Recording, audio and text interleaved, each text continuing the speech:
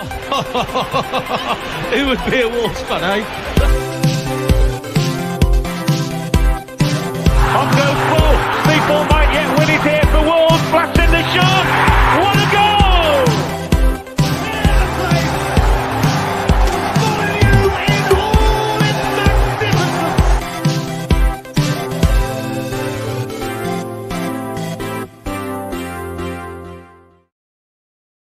Hello and welcome to today's episode of Wolves Fancast. Rich Hobbs here. Joining me tonight, I've got Tom Gibson and Jafo.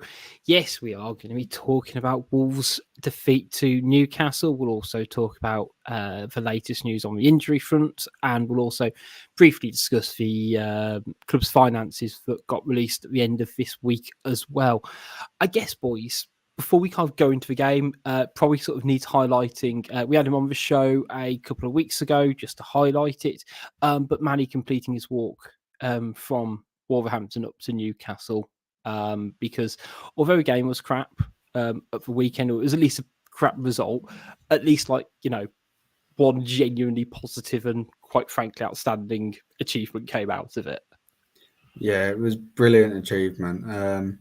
What was nice as well, when me and my mate was there when he was walking up, and like you could hear the Newcastle fans had also come next to the Wolves fans and was talking about it and clapping, which was nice to see.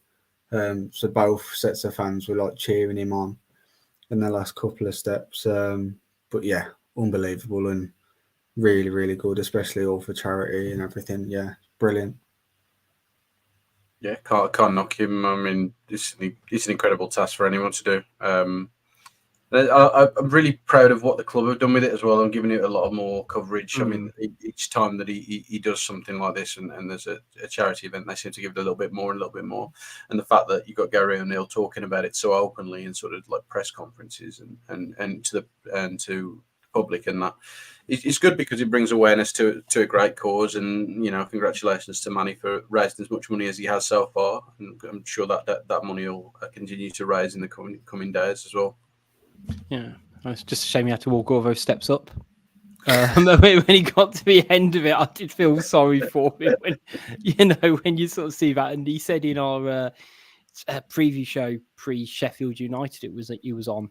Like it kind of kick-started because after he did it, after he walked to Chelsea last year or the year before, and someone said, "Oh, well, it's the equivalent of walking up the steps to St James's Park." And yeah, I'm partly avoiding the game, to be honest, but I always think, good stuff like that needs mentioning. I'd rather start the show with something good than us kind of go right into a 3-0 defeat. But yeah, we did lose. I don't think it was necessarily as bad as it feels on paper, but that's what we're here to discuss, guys. As always, big thanks if you're tuning in live on YouTube, or if you're watching back on there, make sure you like, share, and subscribe. And if you're listening to us on podcast, please make sure you leave us a review because it helps with the algorithms, etc.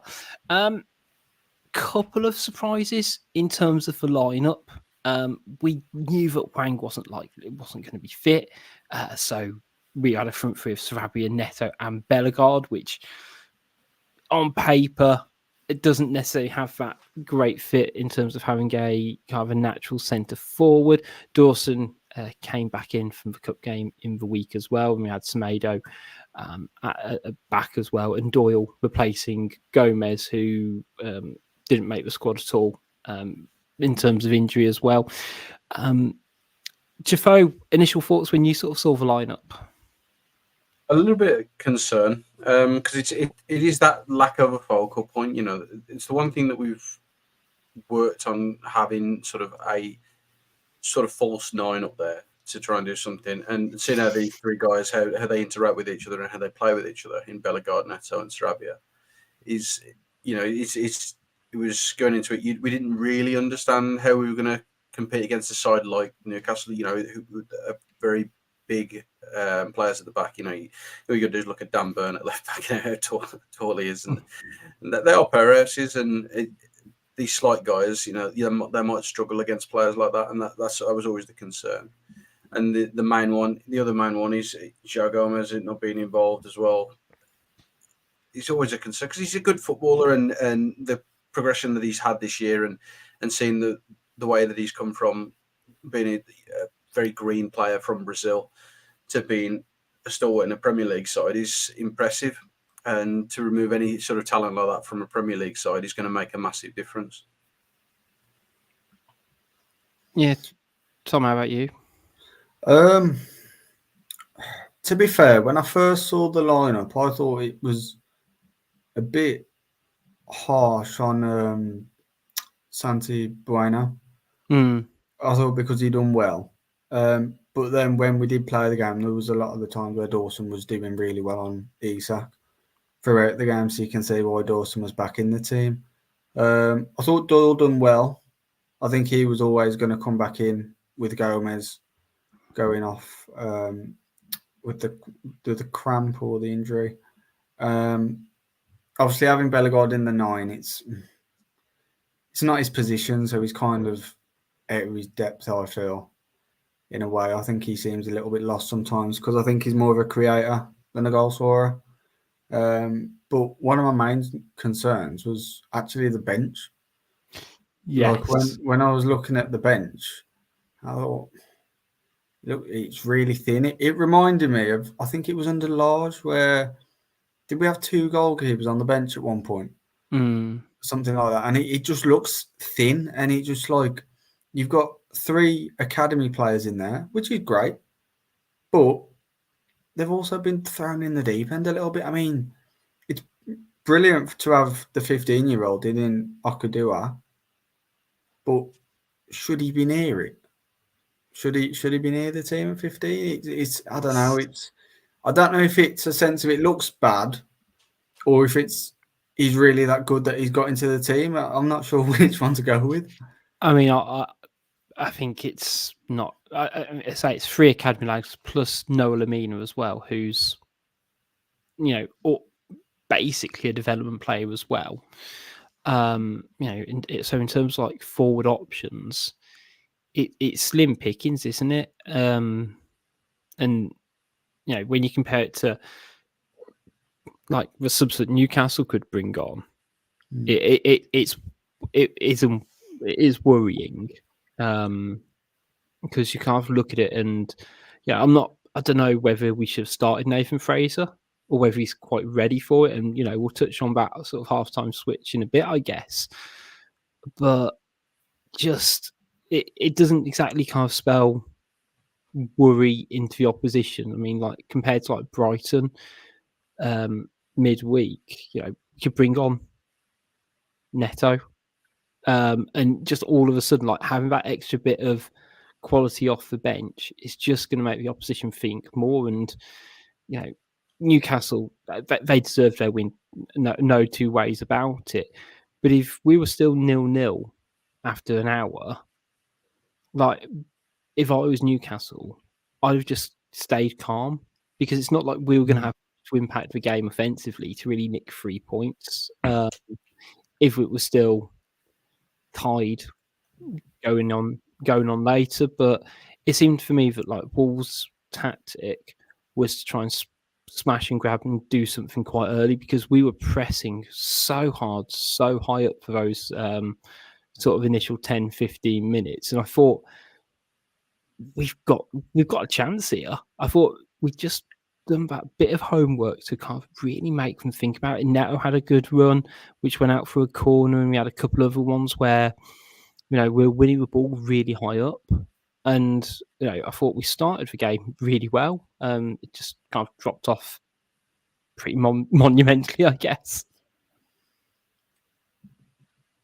Yeah, definitely. Yeah. I mean, and sort of you're saying about being on the front foot. I mean, that kind of we saw that against Sheffield United as well. We tried to take the game too early on, and the similar sort of things sort of creep into this game as well with the high line and being caught out potentially in quick turnovers. Even against a side like Newcastle, they've still got a lot of pace, like Anthony Gordon, who can carry the ball at pace at you, run at you with the ball. And so that's always a big concern. And looking at it now, and with Dawson in the side, Dawson is a very good defender. But I worry about playing such a high line consistently that we're going to get caught out by a better side eventually. And lo and behold, sort of 3-0 against Newcastle, even though looking at the goals, maybe not so much. But against an actual top 4 side, top 6 side, we could be onto a hounding if we do that high line again, because it's concerning to watch the ball go over the top all the time. Yeah.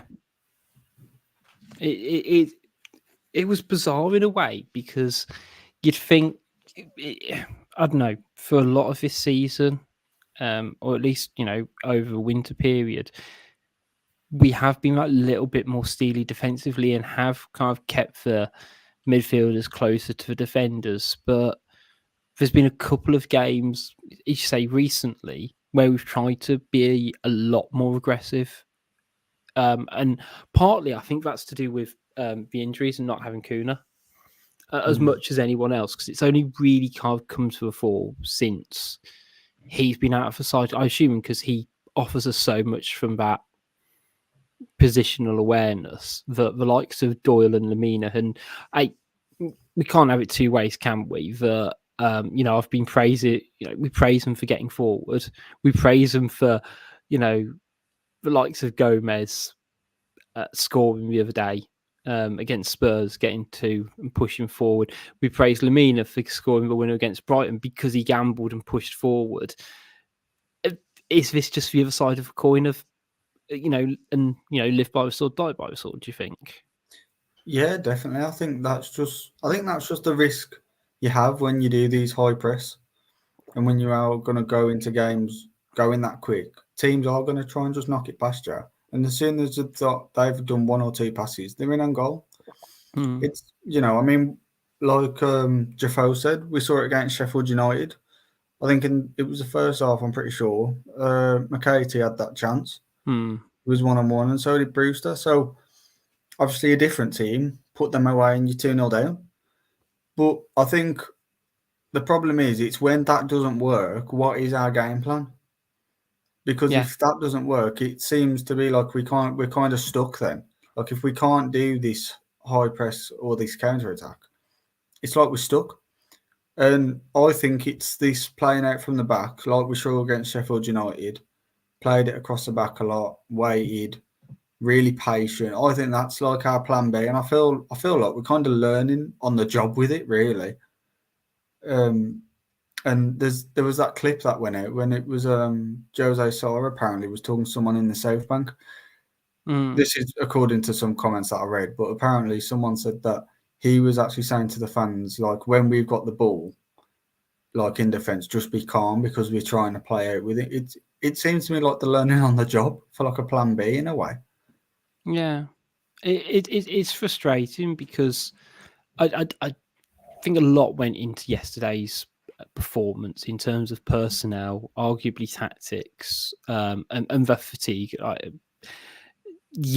Newcastle had a day extra recovery, but played half an hour more, etc. But this is like a unit who were just dead on their feet from about the half-hour mark, really. But let's talk about the first goal, because I think it flexes between being unlucky and us not quite covering the shop, because we were just split open in two, and Newcastle carried the ball, moved it forward. We thought Dawson had got enough of a block on it, and it just looped perfectly to Isak at the far post, who nodded it home. Again, how avoidable? Where did it sort of sit on the avoidable to unlucky scale for you, Jafo? It's difficult to say, because you try and cover all the bases. You say, okay, maybe Totti is a little bit tighter to Isak, but if he's in the wrong position, because you can't account for the ball bouncing off Dawson in such a way to loop into the space. It's unavoidable. It's just one of those goals. You kind of just have to hold your hands up and go, oh, okay, well, we kind of should have done a little bit better in the build-up part side of it.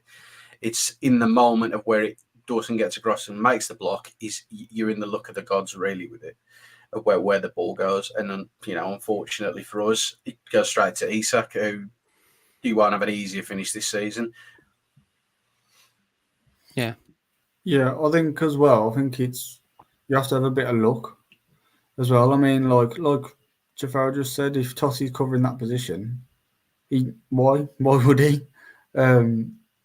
I think as well that shows Newcastle's gamble to get players forward. Because on Yeah. another day, someone takes that shot, Dawson blocks it, and Sarr just comes and collects, and we're on the counter attack again.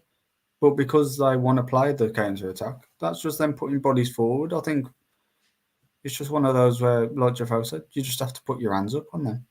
Yeah. And I think the way I kind of look at it, particularly with kind of counter-attacking goals, is it always feels so preventable when you're the defending team, because obviously, you could argue, oh, we committed one too many men forward, Semedo should have been further back. But we score quite a healthy number of goals on the counter-attack, and, we never lambast for defending. Like, look at Gomez's second against Spurs, where similar-ish in terms of it being on the break. It does kind of just happen. So when you can kind of pull off a sweeping counter-attack, it's brutally effective. So yeah, it's frustrating and disappointed, because you want to kind of make those blocks and stop those opportunities in the box, and again, we're against a good Newcastle side. The very reason they are where they are. All right, they're not having the same kind of level of season that they did like the year before, but they're eighth. Okay, they've leapfrogged us now, sort of thing. But I guess that's the difference between that kind of defending and being that open against Sheffield United, who, with all due respect, are the worst team in this league, compared to a top 10 side, and you get punished for it. And ultimately, because we don't have the reinforcements, it was always going to be an uphill battle from 1-0, but we had a really great chance. I think it was at 1-0 with Toti Gomez from a very clever set-piece routine, and it's sliding doors. But if that went in, maybe it's a different story. Yeah, I think so. I think so, definitely. I mean, that chance was just 7 minutes after they've scored. Yeah. And, if he heads that in, I think the whole game changes, because Newcastle probably think, whoa, do you know what I mean? They might even lay off then the press, because we would have had the momentum then. And it could have been a change of pace, but, it's just one of them. Yeah. I mean, it's frustrating. You say it's like the fine margins in football, and okay, the first one was, if we chalked down the first to being unlucky and just one of those, I think the second one is thoroughly preventable personally. And one that, with Kilman and Sarr, they're both experienced enough to do better in that situation. I don't quite know what went wrong, or, if it was Sarr's, as Stu would say, his weekly moment of madness, and finally we got a bit punished for it. But yeah, that was a frustrating goal. It wasn't even just the snapshot that I'm showing on the screen in terms of where they kind of collided. I think we should have done more in terms of getting the ball away in the first phase anyway. Yeah, you're not wrong. I mean, you always look at a preventable goal, you look at it through, as you say, stages, and letting a ball come into a box so easily and to come into such a dangerous area is frustrating, because it's the one area that we've looked good this season is in the fullbacks. And so we've talked about him doing so well, like Nuri doing so well, and Semedo doing so well this season, and then they allow that to come across, and then they're just a complete moment of madness from Kilman and Sarr. I mean, Kilman should be screaming, leave it, just burn it fucking out. And if Sarr wants to come and get it, he's got to take everyone out. He's got to take Kilman out and get the ball and get gone. He can't half measure it. And it's frustrating when you see that, because Jose Sarr is a very, very, very good goalkeeper, and he gets a lot of shit that he doesn't really deserve, because he is someone who takes a lot of chances, yeah, granted, but he is still head and shoulders above Rui Patricio, who we had before. It was an upgrade, and stats only show that, because the thing is, we have conceded less goals in terms of what was expected against us, and he puts up good numbers all the time. He's a very good goalkeeper, and moments like this only feed the moronic bullshit that gets fed up towards him on Twitter and other social media because he doesn't really deserve it because he is a very, very good goalkeeper and we would struggle to replace him, to be honest, if he ever went. Because to put money down for a goalkeeper now, you took in David Raya, who's probably his equal, went for big money to Arsenal. So it's difficult to say how do you look in a moment of madness, but you kind of just have to go, okay, I fucked up, hold my hands up, let's go, and go again. But there have been few and far between this season for Sarr, and besides his kicking, he hasn't really done a lot wrong, and he ain't really cost us many points, which is a positive. But in moments like this, you just you do want to scream and pull your hair out with him. But I don't mind it. He brings culture, a bit of laughter, and say he's a good goalkeeper along the way. Yeah, I think the second goal, like you said, Rich, it's completely avoidable, and it's more annoying because it's come from our own mistakes. I think Sarr has a right to come out. I think, as a goalkeeper, you're gonna want to protect your box. You're gonna make the box yours. And if he has to take out Kilman, like Jafo said, do it by all means. But again, I don't think he deserves the hate that Sarr gets. I don't think we should go and sell him or anything like some people come out and say. Because when a mistake like this happens, everyone looks at the goalkeeper. When really, I think they're both as bad as each other. They both need to communicate better. Which, don't get me wrong, they probably do in training. But you're always going to have situations like this, and it's just more annoying when it's your two own players colliding together through your own mistake. Yeah. I had a great comment on YouTube from Mike Evans who said, sadly, keepers, when they make a mistake, it's huge. Personally, I think Sarr's in the wrong because he's the one who's had to come out and try and claim the ball. He doesn't need to come out. Like the best case scenario for Sarr there is he clears out everyone in his way. Whereas actually he stays in, it's not his game, I know, but actually he stays in his 6-yard box. That isn't an issue there. And again, that's where the communication comes in. That's where, it was chucking it down. Like it was torrential. I think particularly after that goal, I know Tommy Doyle, who I thought started the game really well, his passing just dropped off a cliff when it started lashing it down really bad. So I don't know. It doesn't feel like it's such a cock up that you need to worry about it, but it's just frustrating because you know that those two players in particular are better than that. Yeah, I agree. I think, like you say, if it's not his game, but like Trevor said, if we had Rui Patricio, he wouldn't have even come out for that. Yeah. But then if that, if it's not Sarr's game to come off his line, then we probably would concede a lot more from corners and set pieces because he does command his box a lot. So it's to and from really. I mean, it's going to happen.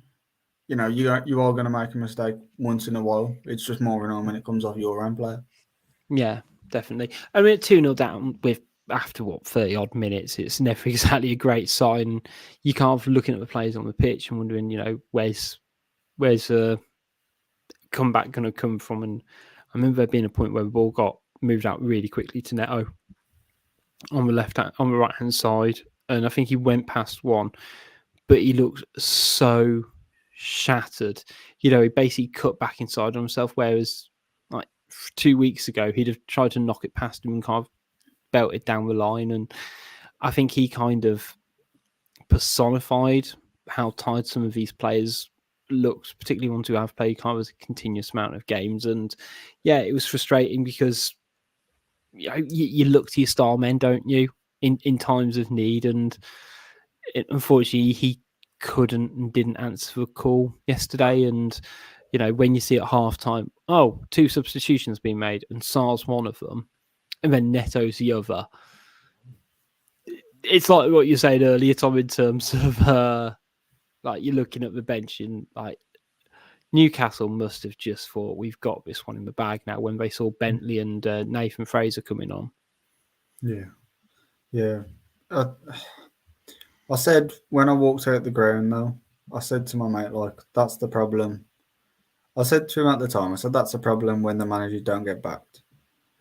Because I think Nathan Fraser's a good player, but it's a lot of pressure on a kid 2-0 down away from home, especially at Newcastle, to expect to get us back in the game.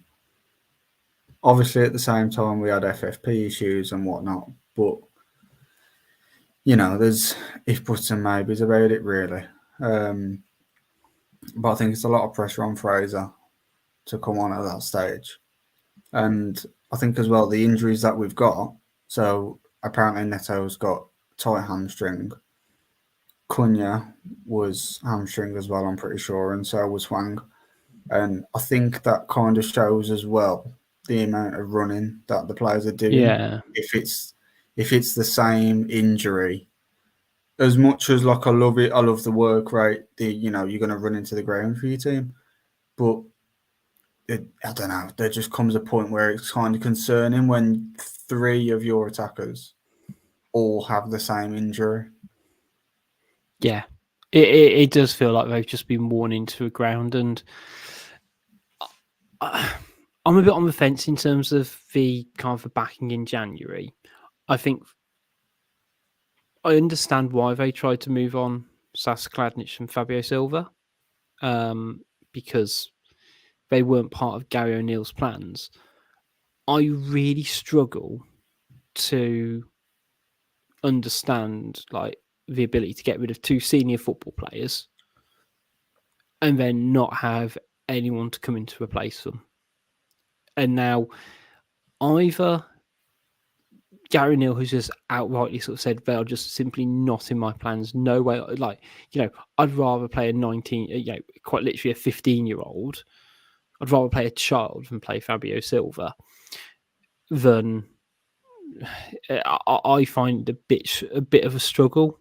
But at the same time, actually, I think a lot ultimately lies with someone like, someone with the manager who, although he has done fantastic for us, he has not been here an awful amount of time.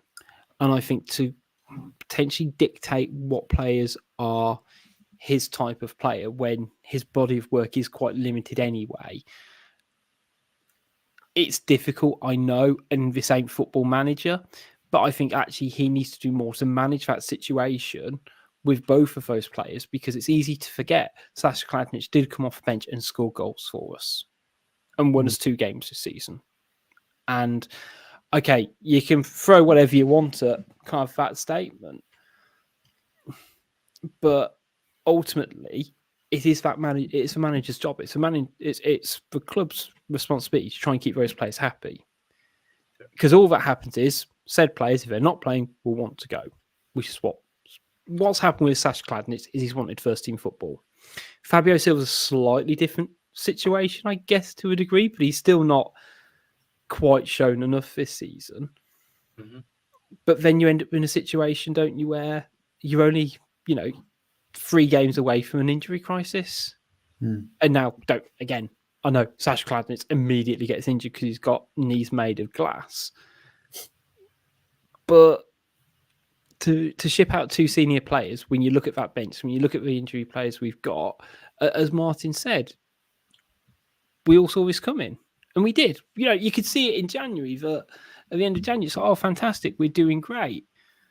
But we're going to get injuries. And it's almost, again, it's a double-edged sword, isn't it? Did you 2 see that injury table? Well, I think Wolves have had the least amount of days injured in the squad. Now, amazing, but it's a bit of a red flag because it's like it's going to come. That's the sort of thing you judge at the end of the season, not 2/3 of the way through, in my opinion. Mm-hmm.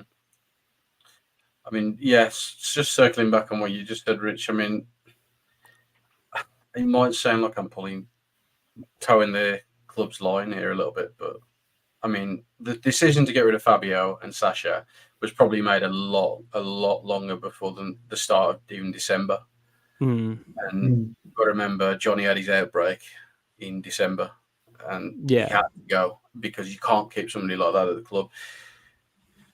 Now the club had to pay out his contract, and I think that was what they were saying was the difference between bringing in a striker and fall into profit and sustainability rules. And if that is the case, that's very, very frustrating, and I'm very annoyed at Johnny for wanting his contract paid up in full and for acting in the way he has, because he's potentially is the one who by proxy has caused a lot of these issues. Because I feel like the decision with Sasha and Fabio would have been made a big period of time before that window, because they would have needed to arrange with clubs like Frankfurt and Rangers weeks and weeks in advance. It don't just happen over a whim.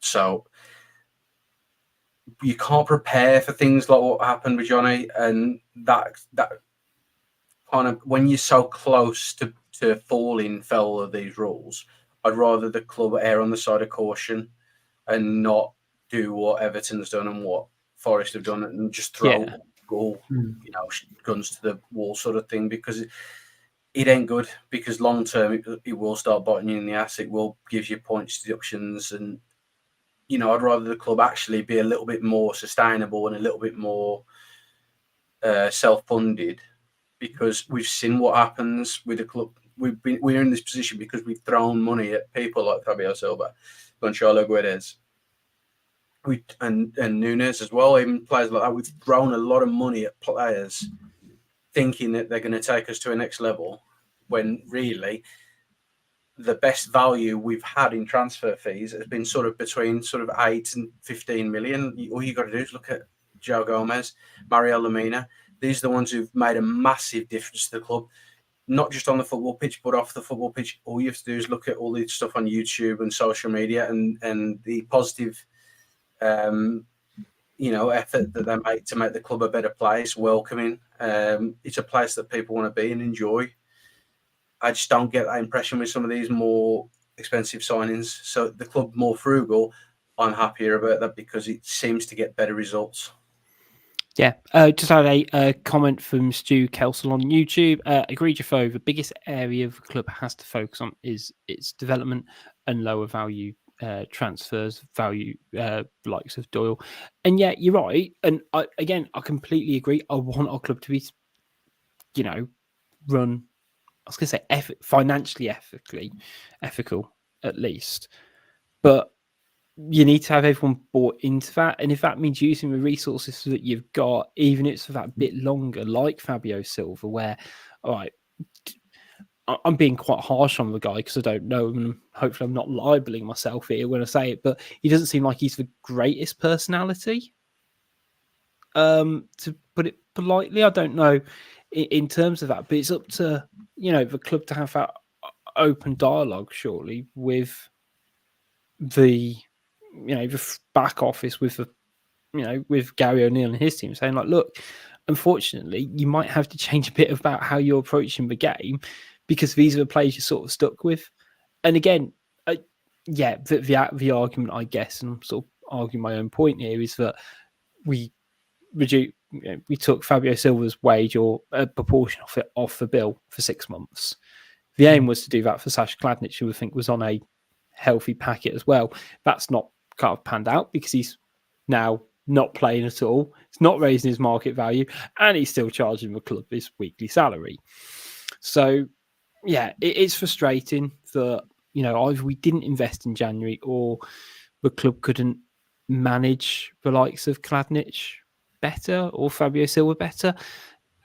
And it's hard for me. It's hard because the drop off in the way we played in the last 2 full months since January without using either of those players, we're a different team. Don't get me wrong. We are so fluid. The players have got that understanding, whether it's Hwang, whether it's Kuna, Hwang, Neto, Sarabia, even Bellegarde, that core unit kind of just sort of click, particularly when you've got Kuna or Hwang as your your glue in the middle. And Kladnic and Fabio weren't offering that, unfortunately. But, it's all ifs and buts, isn't it? But, Fraser coming on, it at least gave us, I guess, in O'Neill's head, that more focal point moving forwards. And, he did have a couple of moments. He did have a shot saved, which I did think there was a point just before he had his chance where Gomez had this ridiculous goal line clearance, where he just kind of hooked it like almost behind himself and away. And I thought if that was at 1-0 at that point, that was like almost one of these game-changing events where it's like, hang on, that's something for us to build upon. And then, like, we had a couple of chances. So Fraser had a good chance. Sarabia had a good chance. And it was only through the good work of Dubravka we arguably didn't pull one back, because I think maybe at that point, probably about 65th, 70th minute, I think if it was 2-1, I think that would have been a roughly fair scoreline at that point.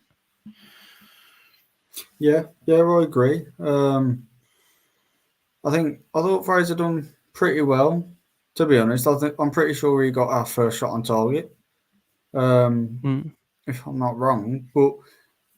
And that drives you forward. Just him taking that shot, and then Sarabia obviously had a good chance. And like you say, Dubravka's done well, to be honest. Fraser's shot would have, was going in the bottom corner. He's had to get low to save it and still parry it away. It wasn't like he's caught it like he was in training. He's had to parry the shot away. Sarabia's chance, again, close range. He's just made himself big. Another day, that could come off his arm and go in the goal or go through his legs or something. So it's just those fine moments. If we do pull one back, again, like I said earlier, we've got the momentum then. And that's when we're most dangerous. It's like the Man United game a few weeks ago, even though we lost on like the last minute, we score on the 85th and then we're back level about 10 minutes later, I think it was. So, it's those type of moments that push you forward as a team. Another day, they go in and the game could be completely different and we could be sat here saying we've done a comeback and won 3-2. Yeah.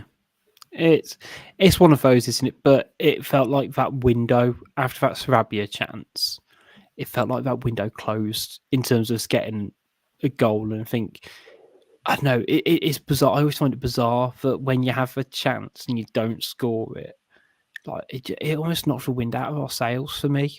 That we kind of just didn't quite have the same gusto, and Newcastle really kind of stepped up their game after that point and really tried to put the game beyond doubt, obviously. And again, I suppose there's a difference. They bring on Almiron, and you've got Bruno Guimaraes threading no-look passes over the top of us and things like that.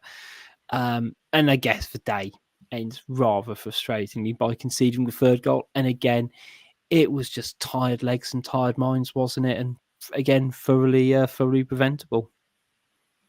Yeah, I think that just happens when you put that many men forward.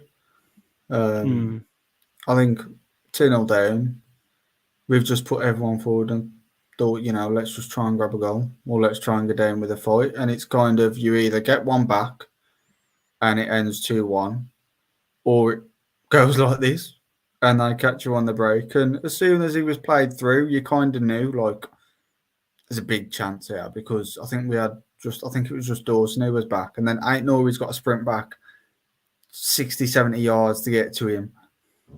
And at one point, I thought we'd actually keep it out. And then obviously he's pretty much like walked it in a way.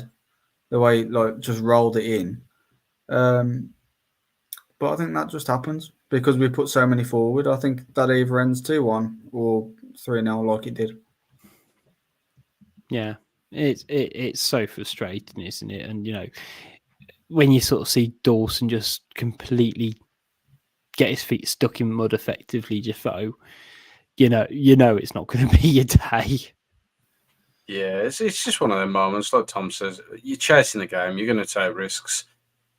You put Dawson one-on-one with a player like that. He's going to make a difference. And the sloppiness of the goal, I kind of it kind of encapsulates just the feeling of the whole game. It's just like the microcosm of the whole game and how it feels. Just to say, okay, we could have done a lot more. To be fair, reading into what Gary O'Neill said after the game, I think he was maybe a little bit more coy than he really was about it, because having a lot of points to take away and learn from is good going into such an important period of our season. You know, we're still in a good position in terms of the league. We're still a couple of wins away from being in a position where we want to be, and let's not forget we got Coventry coming up as well in the FA Cups. We get past that, we're at Wembley again, and having time now to sort of get through some of these issues that we have got in terms of how do we play without Cunha, how do we play without Hwang, and figuring out how we deal with that and how we come through that tough nature and those tough positions. And as Tom says earlier, we kind of develop this sort of plan B on the fly. I'd rather do it now than in games where it makes a big difference to our season, like the Coventry game will. And sort of looking ahead, you want to see people like Nathan Fraser now get more minutes, because it gives us another dimension to try. And by bringing in people like Nathan Fraser, as you say earlier, it makes the bench stronger, because one of them three's got to go out. You've got a Bellegarde, you've got a Neto, you've got a Sarabia. One of them three is going to be on the bench, and it looks a lot stronger. And it only gives Nathan Fraser confidence, because when he's been on the pitch, he's not looked at a place as a footballer. He's someone who he should thrive in this sort of environment, because it's not so much of a position where Fabio Silva was in going after the Raul injury, where he knew long term he was going to be in there and there was going to be a lot of pressure on him. It's going to be maximum 6 weeks until one of Cunha or Hwang's back. So there's no real pressure on him. He's only got to play 60 minutes every week. So now's the time to bed players like that in and sort of give him a chance. And he hasn't got a better sort of run of fixtures coming up than, say, Fulham and Coventry to play more minutes. And Nathan Fraser can only get benefit from that, and the club can only benefit from that, because it gives us more ideas, more strength, and more development time for younger players coming through. So to try and twist a positive from sort of the negative of the last few weeks, that would probably be it. Well, I think you're completely right, and I guess that kind of brings us on to the injury update latest. Actually, before we do so, make sure, if you haven't already, to check out some of the latest offers over at Kitbag. You can get lots of lovely Wolves merch from there. We've just done a fantastic competition via the Fancast, via Kitbag and Fanatics, so you can get your retro tops, your replica tops, wall art, training gear, whatever you're after. You go to kitbag.evie.net/fancast. Links in the description, guys. Make sure you go check it out. Injury wise, so as we sort of mentioned, Gomez didn't feature at all yesterday. Sarr and Neto came off at half time, and of course Cunha's been injured for a couple of games now, and Hwang got injured against Brighton. It was confirmed after a Brighton game that Hwang and Cunha are still going to be out for around 6 weeks, which, bearing in mind, Cunha's been out for 2 already, I guess, and it was sort of not as bad as first feared. That was a bit funny in terms of your timelines. In regards to Sarr, he's picked up a bit of a quad strain / dead leg, so he should be fit for Fulham. Gomez apparently could have made the bench potentially, but they effectively decided to rest him, which I think is probably a good decision. And again, Neto pulled up with a tight hamstring, but all being well, they're expecting him to be fit for Fulham. I mean, it would be great if Sarr, Gomez, and Neto are back, but it does sort of highlight, effectively half our starting lineup are, really struggling at the moment. I'd agree. I think it's worrying with the players coming back in from injury, because in an ideal world, you want to bed them in. You want to give them, 30 minutes, 60 minutes. You want to build them up to a game. What worries me is if we go and play Gomez and Neto and Sarr even in the starting lineup on Saturday, then you've got to play Coventry a week later. And obviously that game is huge. And like I done a vote on X, which would we rather focus on, the FA Cup or the league? And I think it was about 91% on the FA Cup. Yeah. Because let's be honest, like I'm happy, I'm more than happy finishing 10th, 11th, and go into Wembley again. Because I've said it for ages now. Me personally, I don't think we'll sneak into Europe. I think we'll stick around 10th. But let's not forget everything that we sold in the summer. We had Lopetegui leave us 4 days before the season. So if Gary O'Neill does take us to Wembley and say we finish 10th, 11th, 9th, then he's done a fantastic job. Yeah. I mean, it's the way I kind of look at it is where just sort of six weeks kind of takes you up until mid-April. I've got it down according to good people at Google. It's about the 12th of April. It's about 6 weeks' time. Now, the FA Cup semi-final weekend is the 20th and 21st of April. So I guess it's you kind of almost expecting and hoping that Wolves beat Coventry in 2 weeks, and that would push the Arsenal game back. That's happening on the 20th to kind of condense it probably the middle of the week after. But we are still going to be without Kuna and Hwang for Fulham, Coventry, Villa at home, Burnley. Sorry, not Villa at home, Villa away, Burnley away, West Ham at home, and Forest as well. So and that's, I guess, if it's all going well. So it's still kind of a decent chunk, but I think Jafo, as you kind of said, it gives players another opportunity and players who are quietly trying to step up. And it'll be interesting to sort of see if Gary O'Neill does anything quite mavericky. And I know it tries and plays Hugo Bueno as a left wing gap, but plays Nori on that wide left attacking option as well, and really kind of puts potentially square pegs in round holes, or just tries something completely different to eke out what we've got in this squad. Yeah, and I sort of trust him to do that, because when we have got into games where we've done something a little bit different, especially like even you look when he went on Sky, I think it was after the Brentford game, and he highlighted the work that they'd done in there. It kind of when you go into games, you kind of build on what you've got as a foundation, but you look at the sort of specifics of it. I'll give it words in a minute. But the specifics of the actual game, and it's having players who are adaptable. You've only got to look at it and think, okay, Hugo Bueno used to play as a 10. That was what he used to play in a camp when he was a development player. So you have got players there who do understand other roles. And, we've seen it with Nuri when he played a lot at left wing at points during even this season and last.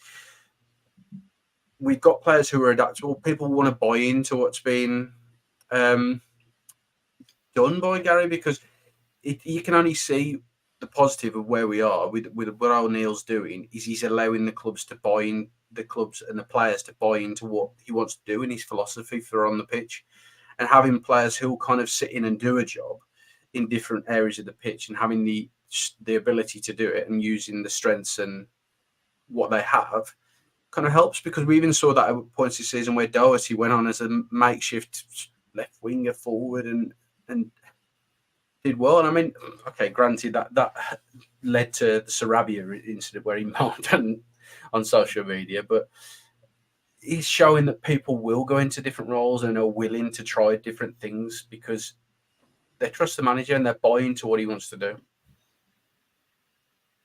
Yeah, definitely. And, I'm still kind of bizarrely optimistic. And I think hopefully the fact that we don't have a midweek game is going to just allow particularly the likes of Neto and Gomez, and I guess it's the other players as well who feel the knock-on effect of an injury as well. So Sarabia has played quite a lot of minutes recently. Lamina eats up a lot of minutes, and he struggled against Brighton and stuff like that, and then plays again the next day as well. So, if it's not one, there's always another, isn't there? That kind of might be feeling the effect of it. So yeah, but you say like if it maybe it gives someone like Nathan Fraser that more opportunity to shine. Maybe it gives someone like Hugo Bueno a different opportunity. So let's say hopefully they can take it with two hands. And I am an R. We'll preview the Coventry show in a few weeks. Don't get me wrong, but I'd be half tempted to play Fraser up front if we've got Neto fit and if we've got maybe Sarabia fit as well, so we can like truly support him, because he's shown glimpses enough that he's more than competent and doesn't look a complete fish out of water. So yeah, I mean, it's time will tell, and I guess the mood of the club will be dictated. I guess from next week, because it's never nice losing, but I think everyone, you can write off one game, which I think we're all happy to do after yesterday. It's kind of hard to, emotionally reconcile two defeats on the bounce, but that's next Sunday's issue, isn't it? Couple of other bits and bobs that have come out. So Wolves have released their financial information for the 2022 to 2023 financial year. I guess however much you want to go into these, I think it was relatively close to your FFP. I think there was about 19 million difference it totaled in the end. We spent a record amount on players during that financial year. I think it was 211 million, but only did sort of sales of around 51 million to what we paid about 69 on those players. So bear in mind, this is, let's say, from 2022 to 2023, so it doesn't count in like Neves, for Nunes sales or anything like that as well. So yeah, I mean, do you think it justifies? I mean, I don't know how much you boys have kind of read into any of the bits and pieces on the finances, but do you think it kind of justifies Fosun's reluctance to heavily invest in the last two transfer windows? I think we'd much rather be reading those tweets than reading tweets that we've had points deducted. Yeah, 1000%, Tom. So I think that's kind of the way you've got to look at it. I mean, I know I said earlier about you don't back him and now you've got a short bench, but it's either we go all out and it comes back on you, or we just have to get on with it. I mean, I read a couple of days ago, I think Fabrizio Romano put it on, that Dia, who he was interested in, obviously it fell through. The manager wanted to play him for the last 8 minutes and he said no. And apparently his relationship with the club has like completely collapsed since they wouldn't let him move to Wolves. So I think you go into the summer, I think that's a pretty easy transfer, in my opinion.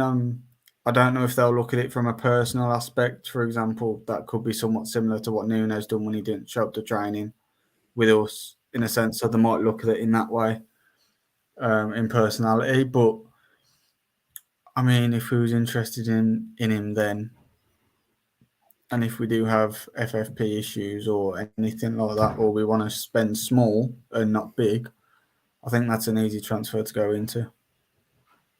Yeah, definitely. I guess last two bits and pieces then, guys. So in terms of how we're looking on the league table, yeah, we've dropped a couple of places, mainly due to the Newcastle beating us, but we are still top half of the table, sitting on 38 points. Again, I think we've kind of alluded to earlier, we are very much likely to finish in that middle pack of this, 7th to 11th sort of area at the moment, unless we can kind of really push on once more. It's still looking interesting at the bottom. Obviously, with Everton's points reduction, That's kind of seen them get a little bit more space. But yeah, interested to sort of see what happens with Forest as well. I mean, there's talks of them putting a legal claim against fucking VAR, which is bonkers in my opinion. Because yeah, they were outdone by, but they also had, I think it was about a minute and a half as well. I don't know. But yeah, I think it's still sort of sitting all right for Wolves at the moment, and hopefully we can turn things around against Fulham next week. But until we say our goodbyes, we had a question on Instagram at the preview show, and I forgot to read it out. I'll be honest. So we had a lot to talk about because we talked about Brighton, we talked about Newcastle and X, Y, and Z. But friend of the show, Dean Marston, asked, and it's still applicable because we're still suffering from injuries, guys. If you had to pick one Fancastian to play at top in this injury crisis, who are you picking and why? Defoe, I'm going to pass it over to you first. Oh, easy, mate. He'll love me for saying this as well. Tom Calvert. He's pacey guy. Loves football. Plays football with a smile on his face. He's a fantastic individual. So he'll love me for saying it. He does play. He does still play very regularly as well, doesn't he? Yeah. I'm going to be honest. Don't think I've seen any of us play football. No, you won't have seen us play, have you? You're too much of a newbie to know. Yeah. You know who I'd go for an outside bet? He'd need to pick up his fitness very quickly, Defoe, but Luke Thompson. Yeah, Luke's a good footballer as well. He's got a hell of a strike on him. He can hit a ball with absolute venom. I was going to say, he used to be, Wolverhampton's Saturday League's finest, Luke Thompson, at a period of time before he became a FIFA beast. But yeah, I think, he probably need to work on his fitness a bit more now. Now he looks a bit more like Roberto Carlos. It's a needless dig. It's such a needless dig. Really is. Considering he's a far better footballer and probably in far better shape than me. That's probably a good point to wrap up the show, isn't it? Before everyone starts insulting my appearance. So make sure you're following Wolves Fancast for all your Wolves lols and trolls. We're at Wolves Fancast here, there, and everywhere. And as I mentioned earlier, we have got a partnership with Kitbags and Fanatics at the moment. So make sure you go check it out for any of your Wolves merch. I'll stick the link in the description for you as well. We will be back midweek, of course, to preview that Fulham game towards the end of this week as well. But big thanks to everyone who's listening. Make sure you like, share, and subscribe as well if you're listening on YouTube, and same again if you're listening on podcasts. And until next time, it's goodbye from Tom. See you later. It's goodbye from Defoe. Keep the faith. And it's goodbye from me. We'll see you next time.